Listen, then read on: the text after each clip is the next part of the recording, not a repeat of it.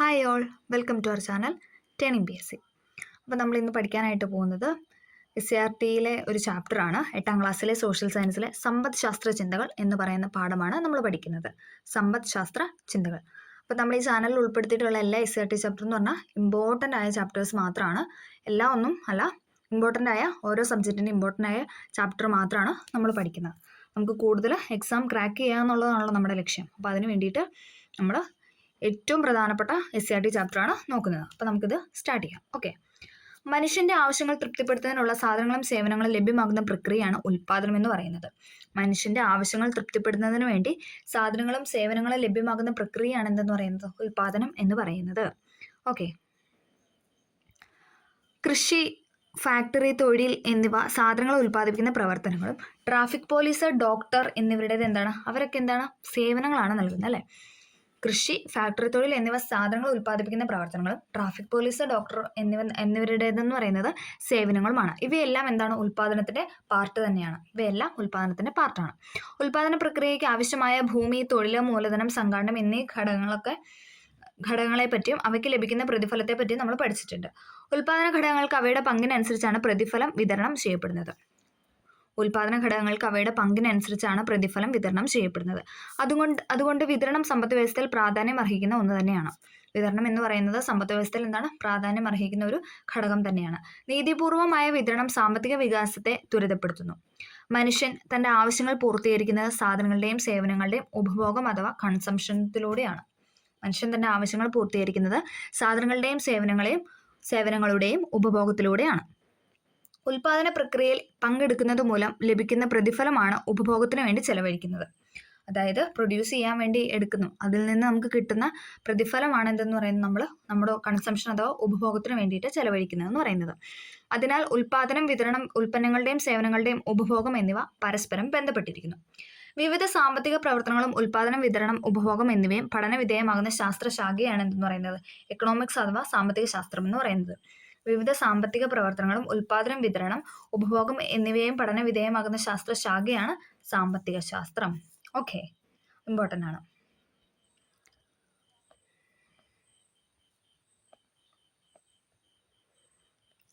അടുത്ത പോയിന്റാണ്, എന്താണ് ഉൽപ്പാദിപ്പിക്കേണ്ടത്, എത്ര അളവിൽ. വിഭവങ്ങൾ പരിമിതമായതിനാൽ ലഭ്യമായ വിഭവങ്ങൾ ഉപയോഗിച്ച് സമൂഹത്തിന് ഗുണകരമായ രീതിയിൽ എന്ത് ഉൽപ്പാദിപ്പിക്കണം എന്നത് ഏറ്റവും പ്രധാനം തന്നെയാണ് അല്ലേ. വിഭവങ്ങൾ പരിമിതമായതിനാൽ തന്നെ ലഭ്യമായ വിഭവങ്ങൾ ഉപയോഗിച്ച് സമൂഹത്തിന് ഗുണകരമായ രീതിയിൽ എന്ത് ഉൽപ്പാദിപ്പിക്കണം എന്നത് ഏറ്റവും പ്രധാനം ഉള്ള കാര്യം തന്നെയാണ്.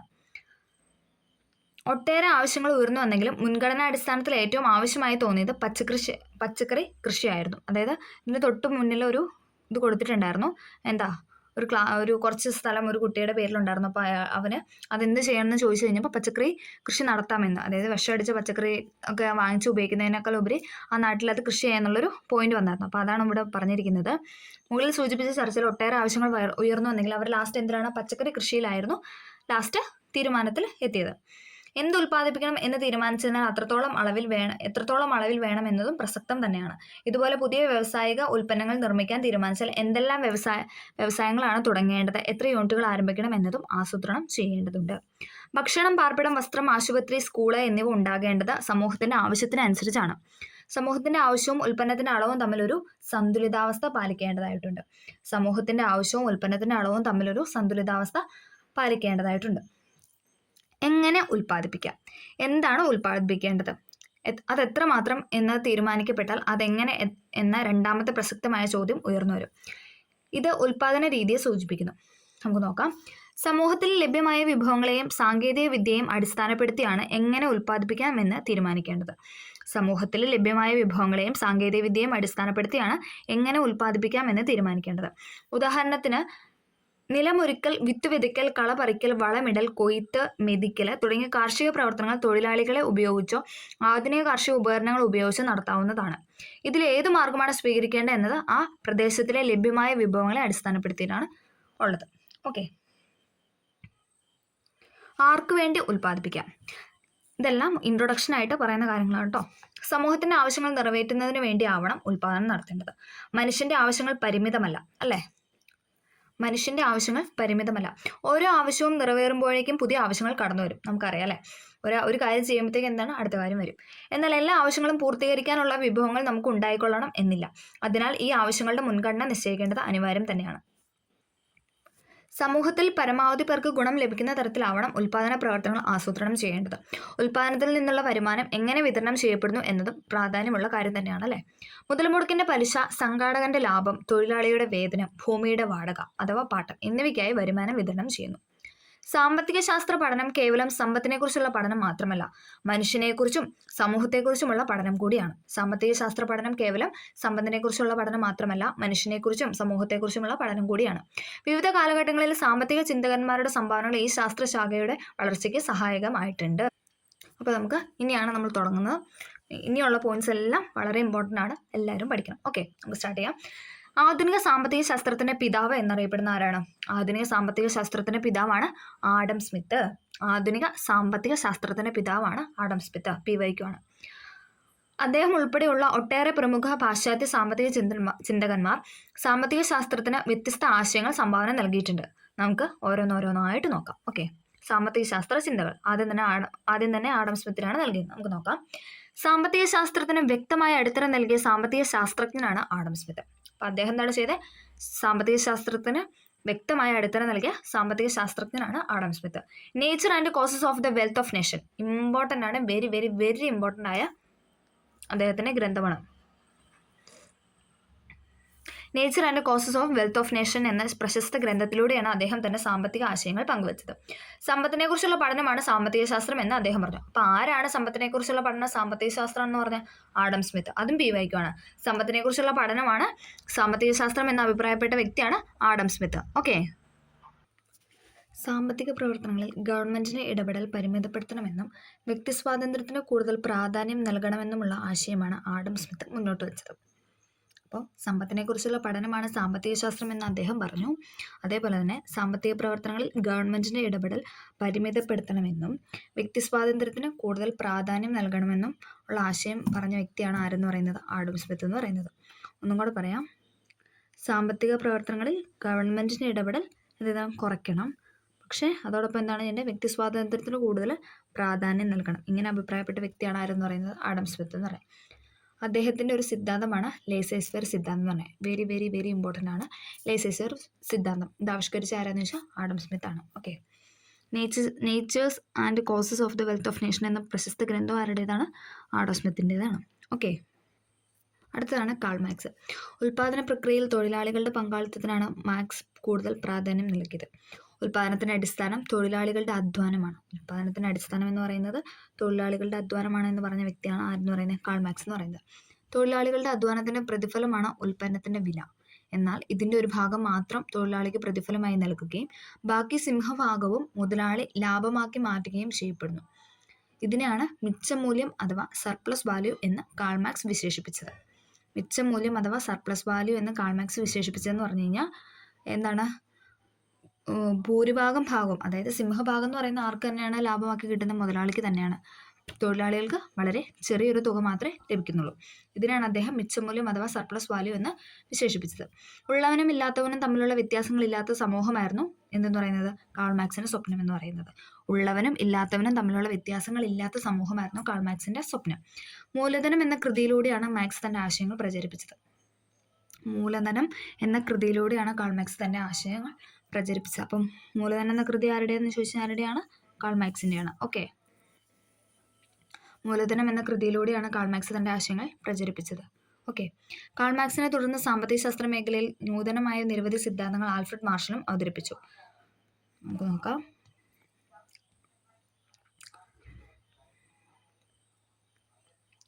സമ്പത്ത് ആത്യന്തികമായി മനുഷ്യന്റെ ക്ഷേമത്തിന് വേണ്ടി ആയിരിക്കണമെന്നും സാമ്പത്തിക പ്രവർത്തനങ്ങളെല്ലാം മനുഷ്യക്ഷേമത്തിന് പ്രാധാന്യം നൽകുന്നതുമായിരിക്കണമെന്നും അഭിപ്രായപ്പെട്ട വ്യക്തിയാണ് ആൽഫ്രഡ് മാർഷൽ എന്ന് പറയുന്നത്. സമ്പത്ത് ആത്യന്തികമായി മനുഷ്യന്റെ ക്ഷേമത്തിന് വേണ്ടി ആയിരിക്കണമെന്നും സാമ്പത്തിക പ്രവർത്തനങ്ങളെല്ലാം മനുഷ്യക്ഷേമത്തിന് പ്രാധാന്യം നൽകുന്നതായിരിക്കണമെന്നും അഭിപ്രായപ്പെട്ട വ്യക്തിയാണ് ആൽഫ്രഡ് മാർഷൽ. അദ്ദേഹത്തിന്റെ സാമ്പത്തിക ശാസ്ത്ര തത്വങ്ങൾ അഥവാ പ്രിൻസിപ്പിൾ ഓഫ് എക്കണോമിക്സ് എന്ന പുസ്തകത്തിലൂടെയാണ് ഇതെല്ലാം അവതരിപ്പിച്ചത്. അപ്പോൾ പ്രിൻസിപ്പിൾ ഓഫ് എക്കണോമിക്സ് എന്ന പുസ്തകം രചിച്ച ആരാന്ന് ചോദിച്ചാൽ ആൽഫ്രഡ് മാർഷൽ.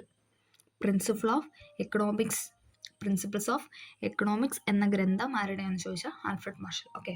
20-ാം നൂറ്റാണ്ടിൻ്റെ തുടക്കത്തിൽ ലോക ജനസംഖ്യ 160 കോടിയായിരുന്നു. ജനസംഖ്യ അനുദിനം വർദ്ധിച്ചിരുന്നു. ഇത്രയും ജനങ്ങൾക്ക് ആവശ്യമായ വിഭവങ്ങൾ ഉൽപ്പാദിപ്പിക്കാൻ നമുക്ക് കഴിയുന്നുണ്ടോ? പരിമിതമായ വിഭവങ്ങൾ എങ്ങനെയാണ് ഫലപ്രദമായി ഉപയോഗിക്കുന്നത്? ഇത്തരം ചോദ്യങ്ങളാണ് ലയണൽ റോബിൻസ് എന്ന ബ്രിട്ടീഷ് സാമ്പത്തിക ശാസ്ത്രജ്ഞനെ വർദ്ധിച്ച ആവശ്യങ്ങളും പരിമിതമായ വിഭവങ്ങളും തമ്മിലുള്ള ബന്ധം എന്ന വിഷയത്തിലേക്ക് നയിച്ചത്. വർദ്ധിച്ച ആവശ്യങ്ങളും പരിമിതമായ വിഭവങ്ങളും തമ്മിലുള്ള ബന്ധം എന്ന വിഷയത്തിലേക്ക് നയിപ്പിച്ചത് വന്ന ശാസ്ത്രജ്ഞനാരെന്ന് പറയുന്നത് ലയണൽ റോബിൻസ്. പരിമിതമായ വിഭവങ്ങൾ ഫലപ്രദമായി ഉപയോഗിക്കാൻ നമ്മുടെ ആവശ്യങ്ങൾക്ക് മുൻഗണന നിശ്ചയിക്കേണ്ടതായുണ്ട് എന്നാണ് അദ്ദേഹം വ്യക്തമാക്കിയത്. പരിമിതമായ വിഭവങ്ങൾ ഫലപ്രദമായി ഉപയോഗിക്കാൻ നമ്മുടെ ആവശ്യങ്ങൾക്ക് മുൻഗണന നിശ്ചയിക്കേണ്ടതായുണ്ട്. 20-ാം നൂറ്റാണ്ടിൻ്റെ ആരംഭത്തിലാണ് അമേരിക്കൻ സാമ്പത്തിക ശാസ്ത്രജ്ഞനായ പോൾ എ സാമുവൽസൺ സാമ്പത്തിക ശാസ്ത്ര മേഖലയിൽ പുതിയ ആശയങ്ങൾ അവതരിപ്പിച്ചത്. പോൾ എ സാമുവൽസൺ അവതരിപ്പിച്ച ആശയങ്ങളാണ് നമ്മളിന്ന് നോക്കാൻ പോകുന്നത്. ഓക്കെ. ഒരു രാജ്യത്തിൻ്റെ സാമ്പത്തിക ഭദ്രത മികച്ച സാമ്പത്തിക ആസൂത്രണത്തിൻ്റെയും ശരിയായ വിഭവ വിനിയോഗത്തിൻ്റെയും ഫലമാണെന്നാണ് അദ്ദേഹം പറഞ്ഞത്. നോക്കാം. ഒരു രാജ്യത്തിൻ്റെ സാമ്പത്തിക ഭദ്രത എന്ന് പറയുന്നത് മികച്ച സാമ്പത്തിക ആസൂത്രണത്തിൻ്റെയും ശരിയായ വിഭവ വിനിയോഗത്തിൻ്റെയും ഫലമാണെന്ന് ആരാണ് അഭിപ്രായപ്പെട്ടത്? പോൾ എ സാമുവൽസൺ ആണ്. ഓക്കെ. നമുക്കൊന്നും കൂടെ നോക്കാം. അപ്പോൾ ആദ്യത്തെ വ്യക്തിയായിരുന്നു ആരെന്ന് പറയുന്നത് ആഡം സ്മിത്ത് എന്ന് പറയുന്ന അദ്ദേഹം സാമ്പത്തിക ശാസ്ത്രത്തിന് വ്യക്തമായ അടിത്തറ നൽകുകയും പിന്നെന്താ natures and causes of wealth of nation എന്ന ഗ്രന്ഥം രചിക്കുകയും അതോടൊപ്പം സമ്പത്തിനെക്കുറിച്ചുള്ള പഠനമാണ് സാമ്പത്തിക ശാസ്ത്രം എന്ന് പറഞ്ഞു വയ്ക്കുകയും ചെയ്ത വ്യക്തിയാണ് ആഡം സ്മിത്ത് എന്ന് പറയുന്നത്. സാമ്പത്തിക പ്രവർത്തനങ്ങളിൽ ഗവൺമെൻറ്റിൻ്റെ ഇടപെടൽ പരിമിതപ്പെടുത്തണം വ്യക്തി സ്വാതന്ത്ര്യത്തിനാണ് അദ്ദേഹം കൂടുതൽ പ്രാധാന്യം നൽകിയത്.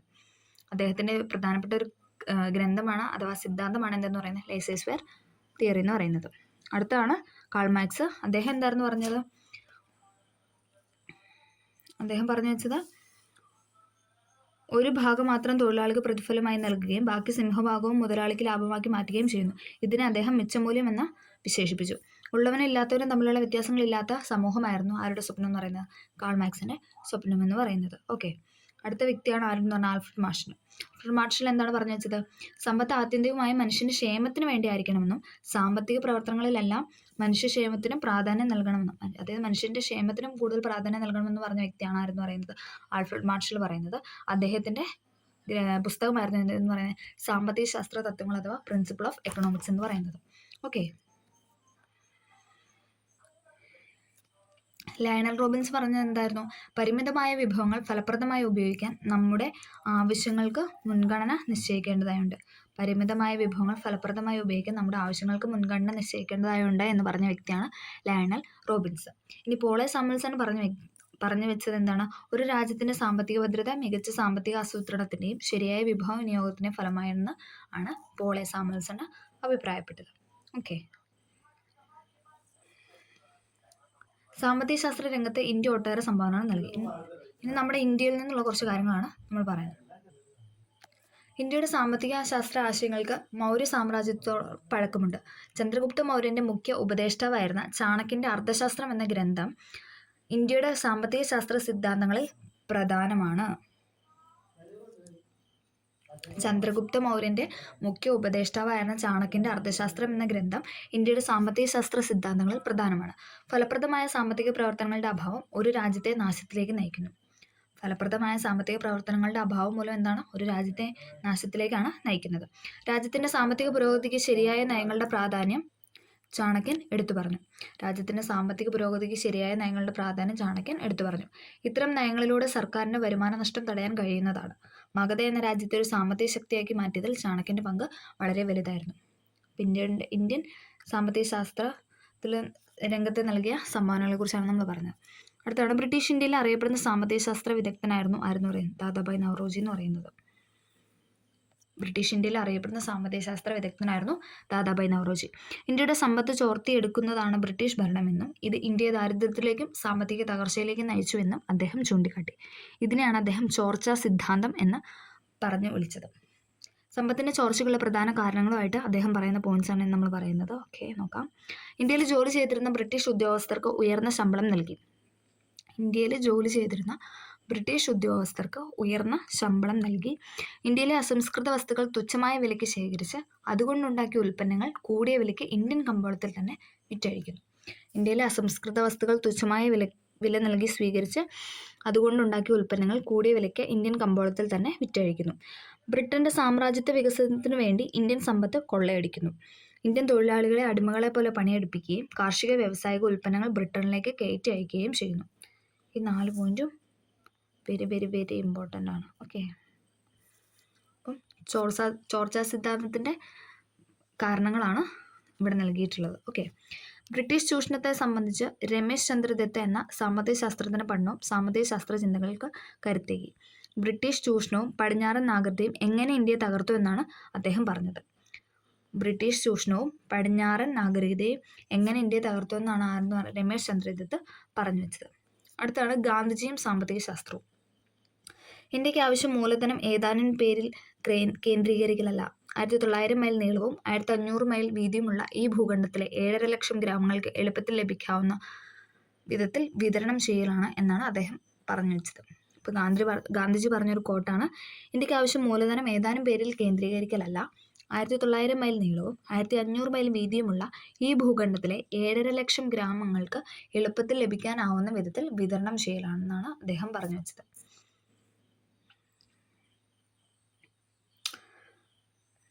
ദാദാഭായ് നവറോജിക്ക് ശേഷം ഇന്ത്യയുടെ സാമ്പത്തിക ശാസ്ത്രത്തിന് തനതായ സംഭാവനകൾ നൽകിയത് നമ്മുടെ രാഷ്ട്രപിതാവായ ഗാന്ധിജിയായിരുന്നു.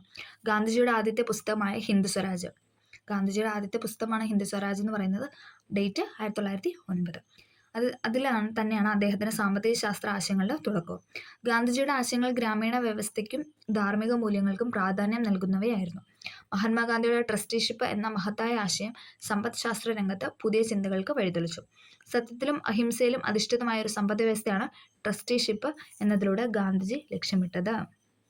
സത്യത്തിലും അഹിംസയിലും അധിഷ്ഠിതമായ ഒരു സമ്പദ് വ്യവസ്ഥയായിരുന്നു ഗാന്ധിജി ട്രസ്റ്റിഷിപ്പിലൂടെ ലക്ഷ്യമിട്ടത്. ഒന്നും കൂടെ പറയാം. ദാദാഭായ് നവറോജിക്ക് ശേഷം ഇന്ത്യയുടെ സാമ്പത്തിക ശാസ്ത്രത്തിന് തനതായ സംഭാവനകൾ നൽകിയത് രാഷ്ട്രപിതാവായ മഹാത്മാഗാന്ധിയായിരുന്നു. ഗാന്ധിജിയുടെ ആദ്യത്തെ പുസ്തകമാണ് ഹിന്ദ് സ്വരാജ് എന്ന് പറയുന്നത്. വർഷം 1909. അതിലൂടെയാണ് അദ്ദേഹം ഇതെല്ലാം മുന്നോട്ട് വെച്ചത്. ഗാന്ധിജിയുടെ ആശയങ്ങൾ ഗ്രാമീണ വ്യവസ്ഥയ്ക്കും ധാർമ്മിക മൂല്യങ്ങൾക്കും പ്രാധാന്യം നൽകുന്നവയായിരുന്നു. മഹാത്മാഗാന്ധിയുടെ ട്രസ്റ്റിഷിപ്പ് എന്ന മഹത്തായ ആശയം സമ്പദ് ശാസ്ത്ര രംഗത്ത് പുതിയ ചിന്തകൾക്ക് വഴിതെളിച്ചു. സത്യത്തിലും അഹിംസയിലും അധിഷ്ഠിതമായ ഒരു സമ്പദ് വ്യവസ്ഥയാണ് ട്രസ്റ്റിഷിപ്പ് എന്നതിലൂടെ ഗാന്ധിജി ലക്ഷ്യമിട്ടത്. ട്രസ്റ്റിഷിപ്പ് എന്താണെന്ന് നോക്കാം. മഹാത്മാഗാന്ധിയുടെ ട്രസ്റ്റിഷിപ്പ് എന്ന ആശയത്തിന്റെ പ്രധാന ഉള്ളടക്കം താഴെ പറയുന്ന പ്രകാരമാണ്. മുതലാളി തനിക്ക് മാത്രമായുള്ള ഉടമസ്ഥാവകാശം പരിത്യജിക്കുകയും സമ്പത്ത് കൈവശം വെച്ചുകൊണ്ടിരിക്കുന്ന ജനങ്ങളുടെ ഒരു ട്രസ്റ്റി എന്ന നിലയിലാണെന്ന് പ്രഖ്യാപിക്കുകയും ചെയ്തു. മുതലാളി തനിക്ക് മാത്രമായുള്ള ഉടമസ്ഥാവകാശം എന്തെന്ന് പറഞ്ഞാൽ പരിത്യജിക്കണം, ഉപേക്ഷിക്കുകയും സമ്പത്ത് കൈവശം വെച്ചുകൊണ്ടിരിക്കുന്നത് ജനങ്ങളുടെ ഒരു ട്രസ്റ്റി എന്ന നിലയിലാണെന്ന് പ്രഖ്യാപിക്കുകയും ചെയ്യുക എന്നതാണ് ഫസ്റ്റ് പോയിന്റ് എന്ന് പറയുന്നത്. ഒരു ട്രസ്റ്റിക്ക് പൊതുജനങ്ങളില്ലാതെ വേറെ അനന്തരാവകാശികളില്ല. ഈ പോയിന്റ് ഇതേപോലെ സ്റ്റേറ്റ്മെന്റ് ആയിട്ട് വന്നിട്ടുണ്ട്.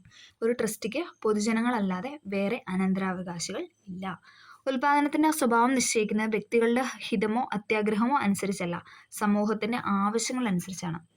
ഉൽപാദനത്തിന്റെ സ്വഭാവം നിശ്ചയിക്കുന്നത് വ്യക്തിയുടെ ഹിതമോ അത്യാഗ്രഹമോ അനുസരിച്ചല്ല, സമൂഹത്തിന്റെ ആവശ്യങ്ങൾ അനുസരിച്ചാണെന്നാണ് അദ്ദേഹം പറഞ്ഞു വെച്ചത്. ഓക്കെ,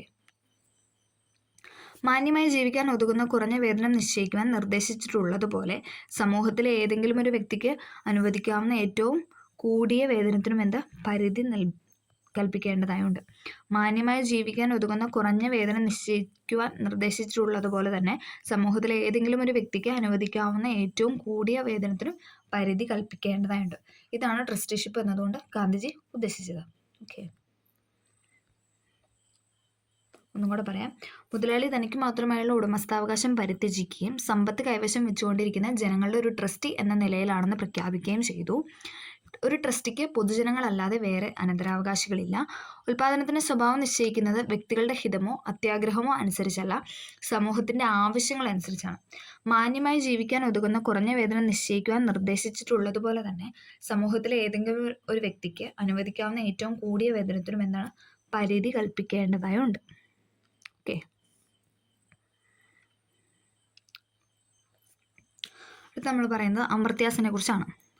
1998 നൊബേൽ സമ്മാനം ലഭിച്ച ഇന്ത്യൻ സാമ്പത്തിക ശാസ്ത്രജ്ഞനാണ് അമർത്യാസൻ. ഇത് PYQ ആണ്.